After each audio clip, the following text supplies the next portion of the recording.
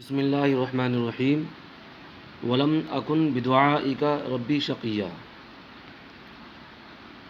اس عبارت میں ربی اصل میں تھا یا ربی اے میرے رب، تو یہ جملہ معترضہ کے طور پر ہے، اور پورا جملہ ہے ولم اکن بدعائک شقیہ۔ شقیًا یہ خائباً کے معنی میں ہے، یعنی محروم ہونے کے معنی میں ہے۔ ولم اکن شقیًا میں محروم نہیں رہا، کس چیز سے؟ بدعائک، تجھ سے مانگ کر کے، تجھ سے دعا مانگ کر کے میں خائب و خاسر نہ رہا۔ زکریا علیہ السلام بیان کر رہے ہیں کہ اے میرے رب، یا ربی اے میرے رب، میں محروم نہیں رہا، خائب و خاسر نہ رہا تجھ سے مانگ کر کے۔ ولم اکن فعل مضارع مجزوم بلم ہے۔ لم جب فعل مضارع پر داخل ہوتا ہے تو ماضی منفی کے معنی میں کر دیتا ہے۔ بدعائک میں جو با ہے یہ با حرف جار ہے۔ دعا اصل میں تھا دعاءن، دعاون۔ وہ قاعدہ ہے کہ جو بھی واو اور یا طرف یا نزدیک کی طرف میں واقع ہو وہ واو اور یا حمزہ ہو جاتے ہیں، تو اس واو کو دعاون تھا، دعاون سے دعاون ہو گیا۔ اور کاف ضمیر، یہ ضمیر مجرور متصل ہے خطاب کی۔ شقیہ اس کا مادہ ہے شقون، اس کا مادہ کیا ہے؟ شقون۔ شقا یشکو یا شقیہ یشکا، معنی تو ہوتا ہے بدبخت ہونا۔ یہ منصوب ہے کیونکہ لم اکن جو افعال ناقصہ میں سے ہے یہ اس کی خبر واقع ہے، اور بدعائک اس کا متعلق ہے، اور یا ربی یہ جملہ معترضہ کے طور پر ہے، اس کا تعلق نہ ما قبل سے ہے اور نہ ما بعد سے ہے۔ ترجمہ کیا ہوا؟ ولم اکن بدعائک ربی شقیہ، اے میرے رب میں تجھ سے مانگ کر کے محروم نہیں رہا۔ وَإِنِّي خِفْتُ الْمَوَالِيَ مِنْ وَرَائِي۔ ترجمہ ہے بے شک میں نے خوف کیا اپنے بعد والے رشتہ داروں سے، بے شک میں نے خوف کیا اپنے بعد والے رشتہ داروں سے۔ یہاں پہ یہ بھی ترجمہ کر سکتے ہیں اور میں اپنے بعد والے رشتہ داروں سے خوف کھاتا ہوں۔ یہاں پر وضع الماضی موضع المضارع، یعنی فعل مضارع کی جگہ میں فعل ماضی کو رکھ دیا ہے یقین کے درجے میں اتارنے کے لیے۔ انی میں انا یہ حرف مشبہ بالفعل ہے، اور یا متکلم اس کا اسم ہوگا۔ خفت الموالیہ من ورائی، یہ پورا جملہ مل ملا کر کے انا کی خبر واقع ہوگا۔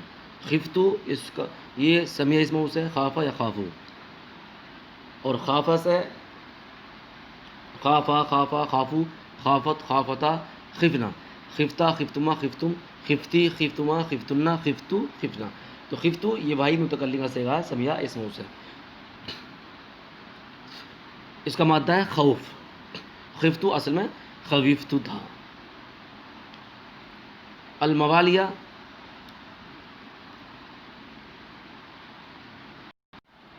جمع ہے مولا کی، اور یہ حالت نصبی میں ہے۔ من ورائی، من ورائی میں جو من ہے یہ حرف جار ہے، اور ورا یہ اسماء ظروف میں سے ہے، اسماء ظروف مکانی، اور یائے متکلم ہے، اور اس میں جو اعراب ہوگا تقدیری اعراب ہوگا، کیونکہ جو بھی اسم ہو اور وہ مضاف ہو یا متکلم کی طرف تو اس میں تقدیری اعراب ہوتا ہے۔ ترجمہ بے شک میں اپنے بعد والے رشتہ داروں سے ڈرتا ہوں۔ وکانت امراتی عاقرن، اور میری عورت بانجھ ہے، میری عورت بانجھ ہے۔ کانت یہ افعال ناقصہ میں سے ہے، مونس اس اعتبار سے ہے کہ اس کا جو اسم ہے وہ مونس ہے امراۃن، اور امراۃن کی اضافت ہے یا متکلم کی طرف۔ یہ افعال ناقصہ میں سے ہے، اس کا عمل یہ ہے کہ اپنے اسم کو رفع اور خبر کو نصب کرتا ہے، جیسے کانا زید قائما، تو کانت امراتی عاقرن، پہلا کانا کو لے کر کے بحث کرتے ہیں۔ کانا کی 3 قسمیں ہوتی ہیں، کانا ناقصہ ہوتا ہے، کانا تامہ ہوتا ہے، اور کانا زائدہ ہوتا ہے۔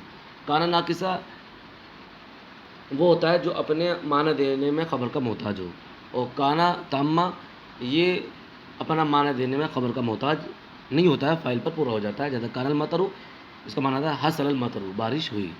اور کانا زائدہ کا مطلب یہ ہوتا ہے کہ اگر کلام سے ہٹا دیا جائے تو کلام میں کوئی خرابی لازم نہیں آئے گی. جیسے کیفا نکلم من کانا فی المہدی سویہ، تو من کے بعد جو کانا ہے یہ زائدہ ہے، اس کو ہٹا دیں گے تو معنی میں کوئی خرابی لازم نہیں آئے گی.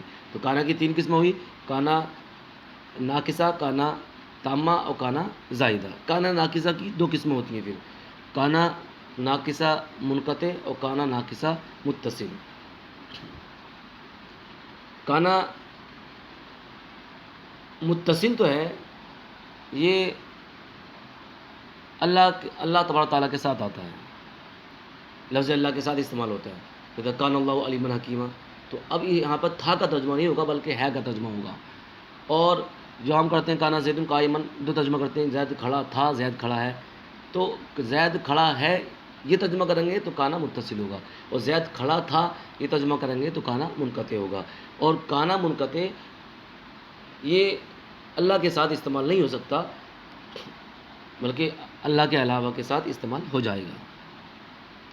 تو کانا کی 2 قسمیں ہوئی، کانا ناقصہ منقطع، کانا ناقصہ متصل. وکانت امراتی آکرن، میری عورت بانجھ ہے، میری عورت بانجھ ہے. اب یہاں پر ایک اعتراض کر سکتے ہیں، وہ اعتراض یہ کہ صاحب یہ کانا جو ہوتا ہے مبتدا خبر میں داخل ہوتا ہے، اور مبتدا خبر مطابقت ہوتی ہے، یعنی اگر مبتدا مؤنث ہوتا تو خبر بھی مؤنث، مبتدا اگر مذکر ہو تو خبر بھی مذکر. لیکن یہاں پر کانت کا جو اسم مؤنث ہے اور لیکن خبر کیا ہے، مذکر ہے، آکرن، آکرتن آنا چاہیے تھا. تو ایک قاعدہ ہے، قاعدہ یہ ہے جب خبر ایسا صیغہ صفت ہو جو مؤنث کے ساتھ خاص ہو، مؤنث ہی کے لیے استعمال ہوتی ہو، تو ایسی جگہ میں مبتدا خبر میں مطابقت نہیں ہوتی ہے. جیسا کہتے ہیں انت طالقن، کیونکہ طلاق یہ ایسی صفت ہے جو مؤنث ہی کے ساتھ خاص ہے، کسی دوسرے کے ساتھ، کیونکہ طلاق مؤنث ہی کو دی جاتی ہے. تو ایسی اگر خبر ایسا صیغہ صفت ہو جو مؤنث کے ساتھ خاص ہو تو اس وقت مبتدا خبر میں مطابقت نہیں ہوتی ہے.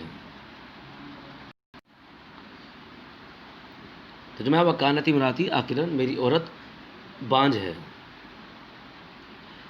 ایک قاعدہ اور سمجھیے کہ کانا کی خبر کو کانا کے اسم پر اور نفس کانا پر بھی مقدم کر سکتے ہیں، اور مقدم کرنے کی وجہ یہ ہے کہ افعال ناقصہ یہ عمل میں کبھی ہوتے ہیں، جہاں بھی اس کی خبر کو رکھ دیا جائے یہ عمل کرے گا.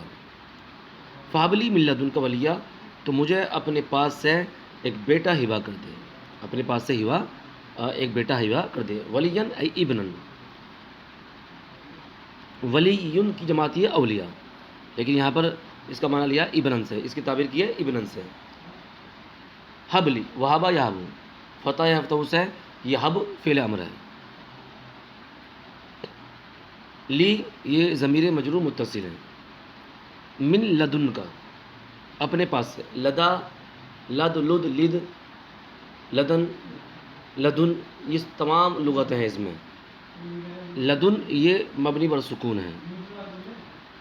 قاف ضمیر خطاب ہے اور ضمیر مجرور متصل ہے. لدا اور اندہ میں فرق ہے. لدا میں حضور کی شرط ہے جبکہ اندہ میں حضور کی شرط نہیں ہے. یعنی جب کہا کہ اندی روبیت، میرے پاس پیسے ہیں، تو اب اندی جب کہہ دیا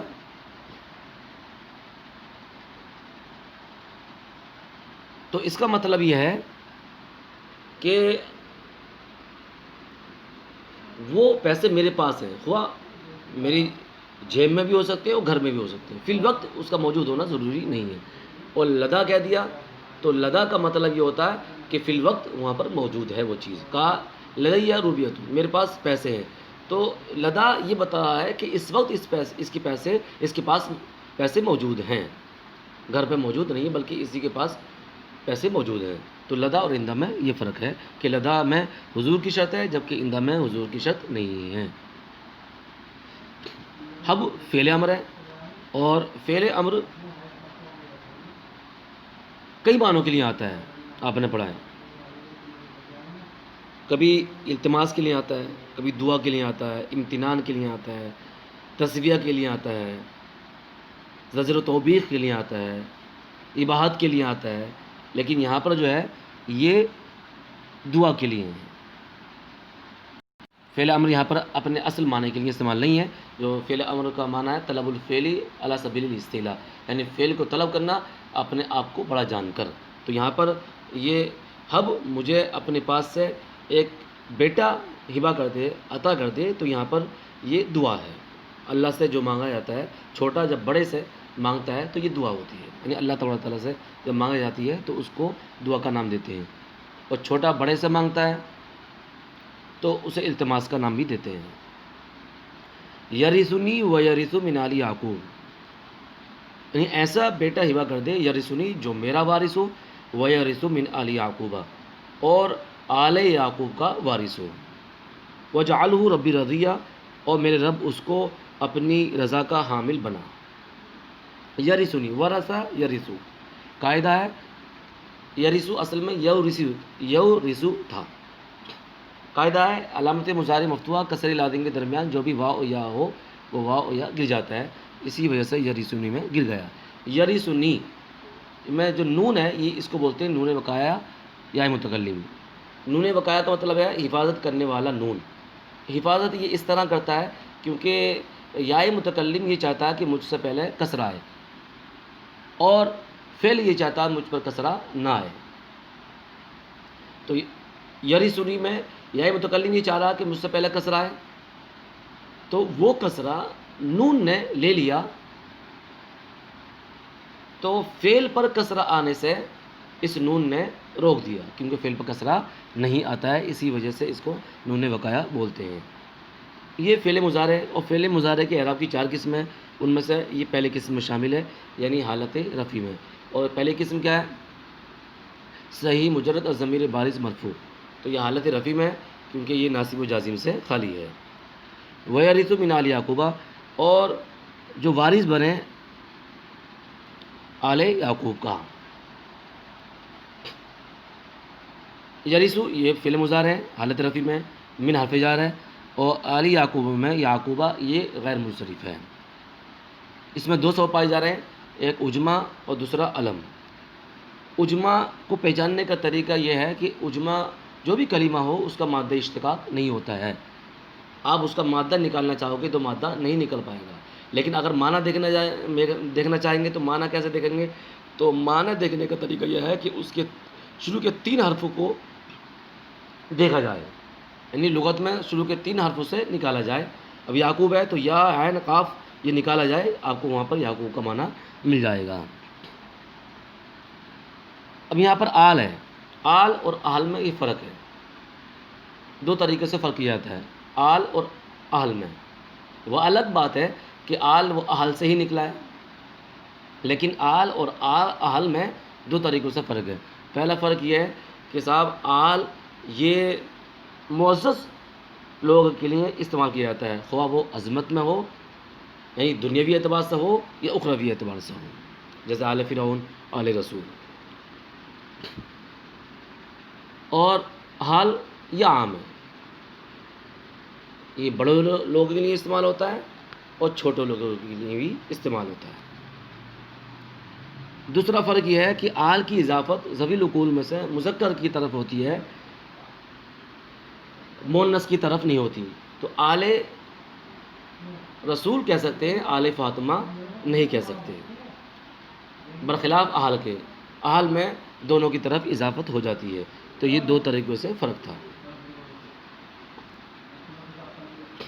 یعقوبہ حالت جری میں ہے، اور حالت جری میں غیر منصرف کا اعراب فتح کے ساتھ ہوتا ہے، کیونکہ غیر منصرف پر کسرہ و تنوین نہیں آتی ہے۔ کسرہ و تنوین اس لیے نہیں آتی ہے کہ یہ فعل سے مشابہت رکھتا ہے، تو جس طرح فعل پر کسرہ و تنوین نہیں آتا ہے، ایسے ہی غیر منصرف پر کسرہ و تنوین نہیں آئے گا۔ وجعلہ ربی رضیہ، اور اس کو اے میرے رب اپنی رضا کا حامل بنا۔ تو اجعل، جعل جلو سے اجعل فی الامر ہے، ہو ضمیر منصوب متصل ہے، اور رضیہ یہ اس کا مفعول بھی ہے، اور یا ربی یہ جملہ معترضہ کے طور پر ہے، اس کا تعلق نہ ما قبل سے ہے نہ ما بعد سے۔ صدق اللہ العظیم واللہ اعلم بالصواب۔